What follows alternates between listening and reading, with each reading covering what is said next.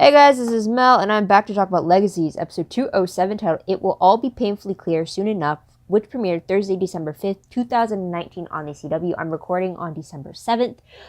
So, huge spoiler alert. If you haven't seen the episode already, please go do so first, and then come back and see what I have to say about the episodes. My other video reminders are up on screen, so take a moment to remind yourselves of those. Sole reason, just a heads up, while I am not recording directly after watching the episode, I have watched Abnormally Adam's reaction to the episode. Not only is it insightful to know what he picked up on, but also the fact that it helps me rewatch the episode again as best as I can. Also, it was just too much of the school week just kind of overwhelmed me on Thursday that I just did not want to record. And then I went home for the next 2 days for some family birthdays. So I'm recording now, so that's kind of why the delay. But hopefully there won't be a delay for me editing and uploading this to you. But quick shout out. Hopefully, I really don't remember if I mentioned this previously, but in case I didn't, I want to give a YouTube shout out to Igor Konicki, who commented on my 204 video. I know I responded, but I know I left it as unread on my phone whenever I get the email notifications, which is usually my indicator to include it in the video shout out. So if I hadn't given you a shout out already, Igor, then hopefully this will do. So that's the same thing for any future shout outs I give out. If I forget to mention it, I'm so sorry. I try to keep track of when they appear. So there's that. But otherwise, I'm going to try to do this video in 25 minutes as best as I can. But first off, who else is just hoping that these titles get a lot shorter? Because they're really hard to, they're long. Very long. But anyways, let's start the clock. Let's begin with what happened in this episode. Again, with the episode quote being, "It will all be painfully clear soon enough." This was said by the Sphinx at pretty much one of his very last lines to Alaric and Dorian before he slits his own throat. So there's that. Timeline-wise, I'm assuming it's the day after the events of 206, just because at the end of 206, everyone got their memories of hope back, and yeah, it's either that or it's the following day afterwards. I really think it's only just the next morning, but there's my interpretation there. Episode reminder of the fact that there are 2 Landons in this episode. So there's that. Feature creature is the Sphinx. He comes off as he is actually an oracle that can't lie and will ask a riddle in exchange of you answering it. He will grant you one honest answer. But then if you don't, he just answers you with another riddle type of thing. So there is that. So the storylines of the episodes, or the breakdowns, if you will, I caught on to 3 of them. First one being the 2 Landons storyline. The second one being Riddle Me This with the Sphinx. And the third one being Vardamus Exposed. All 3 of them are interconnected with each other, just to be clear. But the first storyline with 2 Landons is pretty much dealing more with the love triangle between Josie, Landon, and Hope. First off, we get the Prism Landon. So that is with the person who's controlling the prism having a version of Landon appear, but that Landon only is aware of what his caster is aware of. But instead, Josie makes the plan of merging the prison Landon kind of with the real Landon, so the prison Landon is like a simulation Landon of his consciousness, so they can use it as a decoy for Malivore.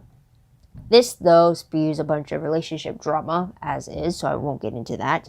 The second storyline deals with the Sphinx, and with all the riddles and stuff, we get Josie correctly answering a riddle. We got Raphael correctly answering a riddle, and he asks a question about is there a way to save Landon from Malivore or protect Landon from Malivore, which I will talk about later.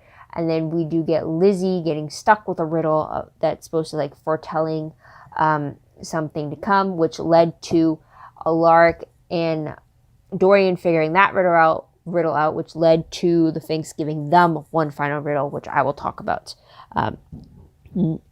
shortly in tidbits. So just keep that in mind.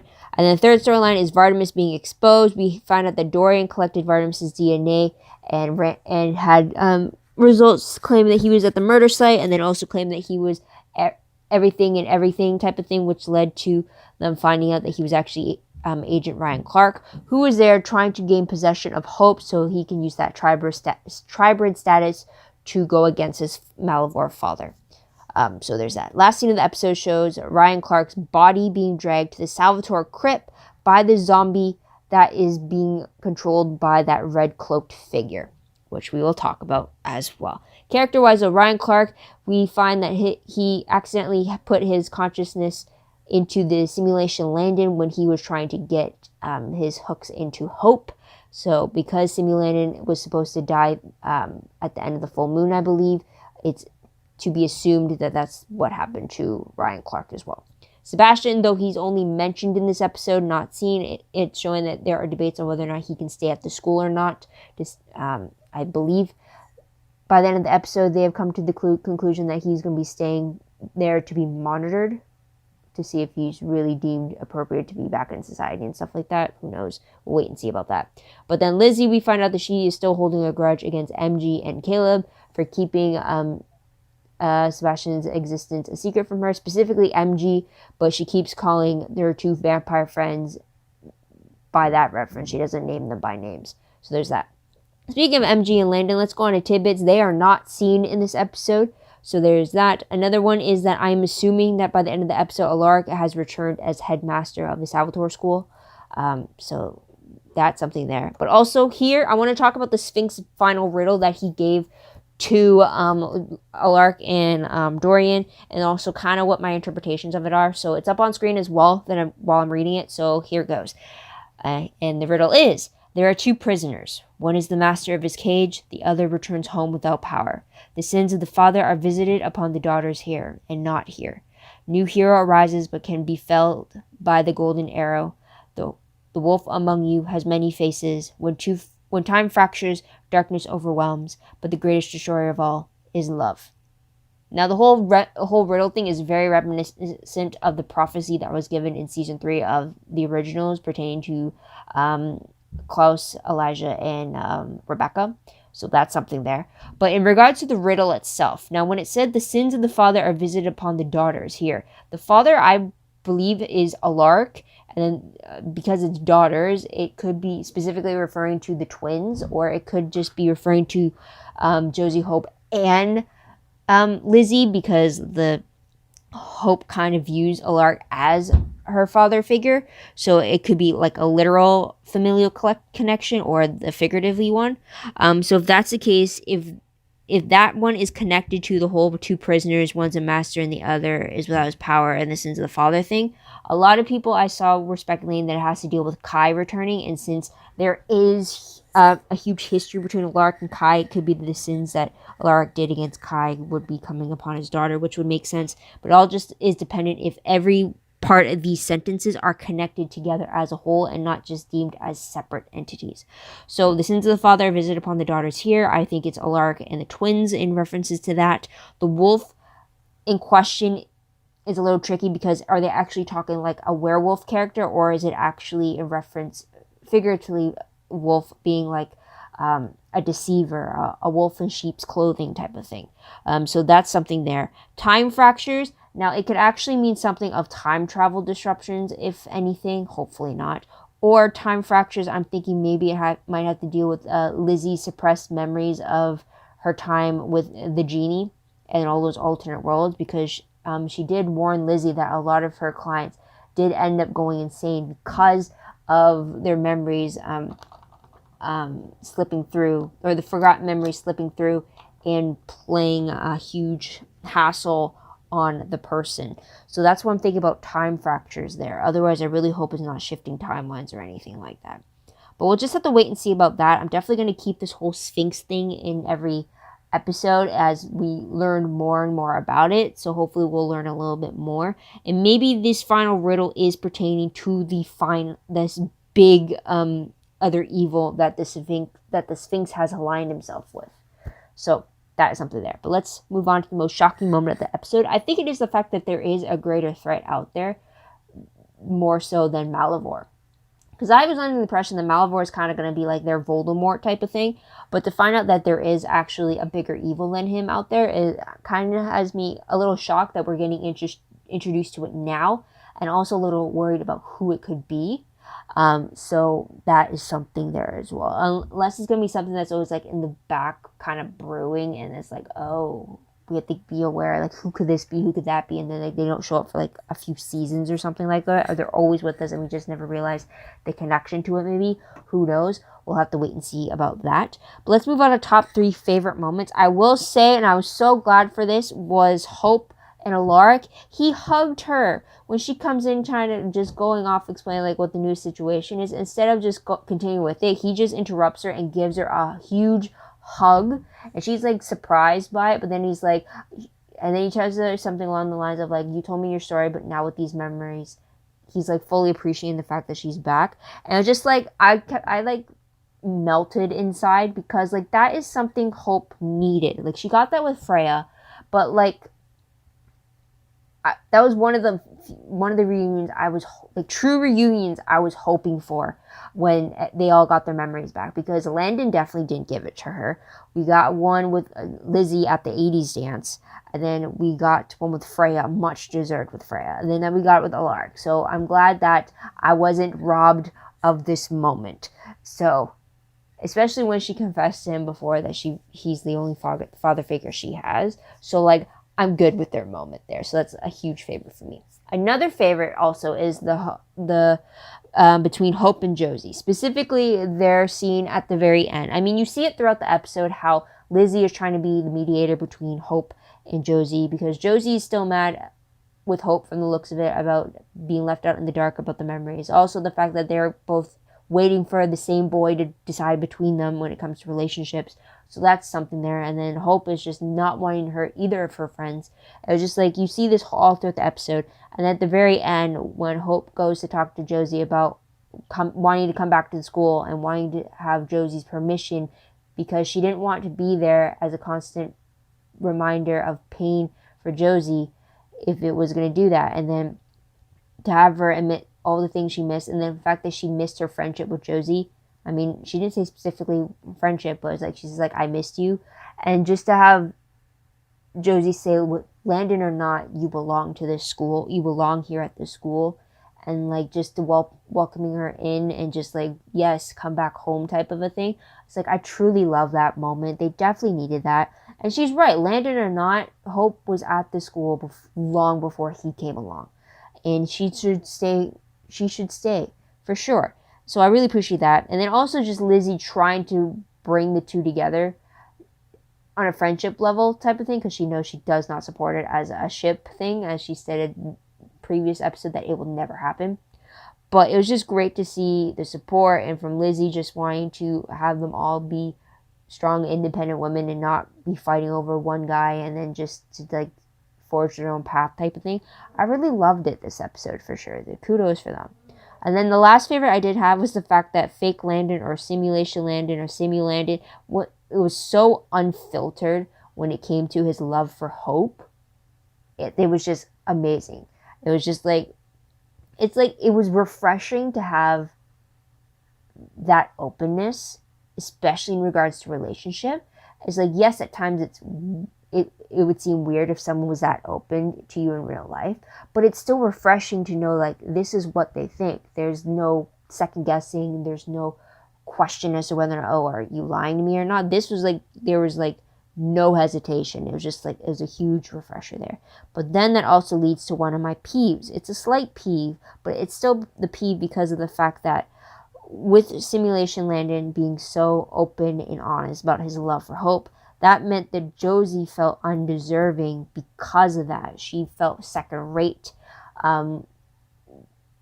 against Hope when it came to Landon's affections. And I that's what I don't like. If it's love triangles, and I obviously prefer one over the other because I don't like usually the other component of the other ship, then like I'm usually okay with rooting for the other person. But for this love triangle, it's like all three of them are good people, and the fact that in order for two of them to be together, one of them has to be hurt, and it's just like, I didn't want to see Josie second guessing her own worth because of it. So that was a peeve there, that she ended up feeling that way because of simulation Landon's openness about his love for Hope. So there's that.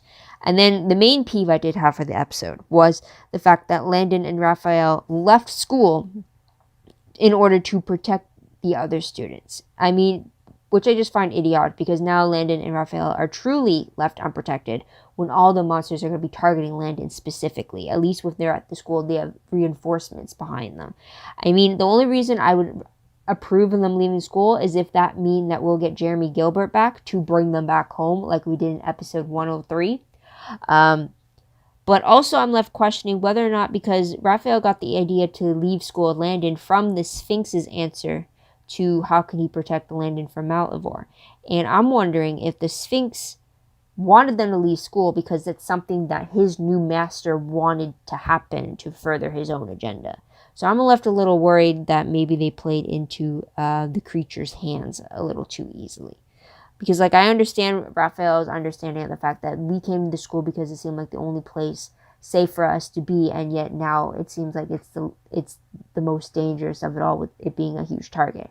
Which I get, I understand completely, but then at the same time, if you're the one with the target on your back, wouldn't you rather have an army around you with the resources and the knowledge to protect you than just be out there on your own, having to look over your own shoulder type of thing? So that's something there. So let's move on to random questions very quickly. Based on the first question, is Ryan Clark truly gone? If he returns, are we going to get him in the form of Simulation Landon, or are we going to get him in his usual form? So that's question there. Second question, who is the figure in the red cloak? Because I know when I saw the episode, his face was still concealed. So I don't know if my image was just too dark to know who was under the hood, because the angle of the shot made it seem like you could see who's under the hood. But I don't know if they were still purposely concealed and just a huge tease on that part. So that's something there. And I'm wondering if they are truly connected to the Salvatores, because why would they bring Ryan Clark's body to the Salvatore crypt? Of all the crypts in the cemetery, why would they take him to that one in particular? I hope he's not connected to the Salvatores. Because then, like, if you're going to bring the Salvatores back, first, it's got to make sense mechanically. And also, I'd rather get the original Salvatores back than some knockoff version. Just saying. So that's something there. Third question. Here's something I just realized, and it may be, depending on this answer, it would have clued us in a lot sooner as to the fact that Professor Vardamus was a fake. But the question is, was Vardamus ever shown doing magic, or was it always him instructing others to perform magic? Because I don't think Ryan Clark has the ability to perform magic. So his alias as Vardamus should not have that ability as well. So then, if that was the case, it would have left us wondering whether or not, why is the professor not actually performing anything? You know what I mean? So I'm wondering if I've just let that slip my mind, it just never crossed my mind previously, or if that was always a hint and I just overlooked it. So that's something there. Next question was, who is the Sphinx Master that is more terrifying than Malivore? I do and don't want to know this answer, and it depends on how quickly we would become of this answer as well. Right? So there's that. And my last question, is there any chance that the Sphinx lied with his answers through manipulation of those answers? Because it's not like he gives like yes or no answers. He gives like really long-winded answers that could be misinterpreted incorrectly if you're not careful, right? So could he be doing that purposefully to get people to assume the wrong answers from him? So that's something there. But let's move on to predictions very quickly. Based on the promo for 208, it is going to be our Christmas episode and also our mid-season finale episode. And it looks like we're going to deal with Christmas at the Salvatore School and possibly Krampus. So that's going to be something there. Based on the synopsis, though, for the episode, it reads, it's Christmas in Mystic Falls. Hope joins forces with an unlikely ally to take down a Christmas monster who's using holiday cheer to infiltrate the Salvatore School. Elsewhere, Landon surprises Raphael with news about his family lineage, and Sebastian accompanies Lizzie on her latest mission. Josie and Alark also appear. It'll be great to see more Sebastian and Lizzie scenes. Also, I'm very interested to see Raphael's family lineage because he is a triggered werewolf. He doesn't know where the bloodline comes from. I hope I'm pretty sure he would know if he's from the Crescent Clan because all of them have the birthmark on them. But it would be so interesting to know if he's maybe from one of the 7 original werewolf bloodlines or something like that. I'm still waiting for him to join. wolf pack for sure. Also, that's something too. Isn't Raphael the alpha of the school's wolf pack? So like him leaving, what does that mean for them? Is Jed now the alpha again? Who knows? But I'm going to leave it there, guys. So what did you guys think of the episode? What did you guys like about it? What do you think will happen next? Let me know in the comments down below. Love to hear your own thoughts, theories, and predictions about all that good stuff. Also, don't forget to like this video, subscribe to my channel, and check out my other videos if you haven't done so already. If you want, check out my Tumblr page. The link for that is down below. I reblog promos, web clips, quotes, gifs, synopses, news, all that good stuff, all found in one place. Go check that out. I am behind. I'm fully aware. I am in the last 2 weeks of my semester, which is filled with final assignments and final exams, which I'm stressing about. So I'm hoping within the 2 weeks of my my holiday break that I'll catch up on some things. Fingers crossed, but just be aware of that. Also, WordPress account link for that is down below. Anything I post online is connected to WordPress. It's a little more organized. It's a little more detailed, but still a work in progress as well. I think that's pretty much it, guys. So thank you so much for tuning in. Thank you so much for your patience. I hope this gets up before the weekend is over. But yeah, I hope you come back next week to see what to say about the next episode. But until then, guys, this is Mel. Wish you all a great day, great week wherever you are. And I beat the clock by 5 minutes, so I'm surprised. So take care, guys. Bye.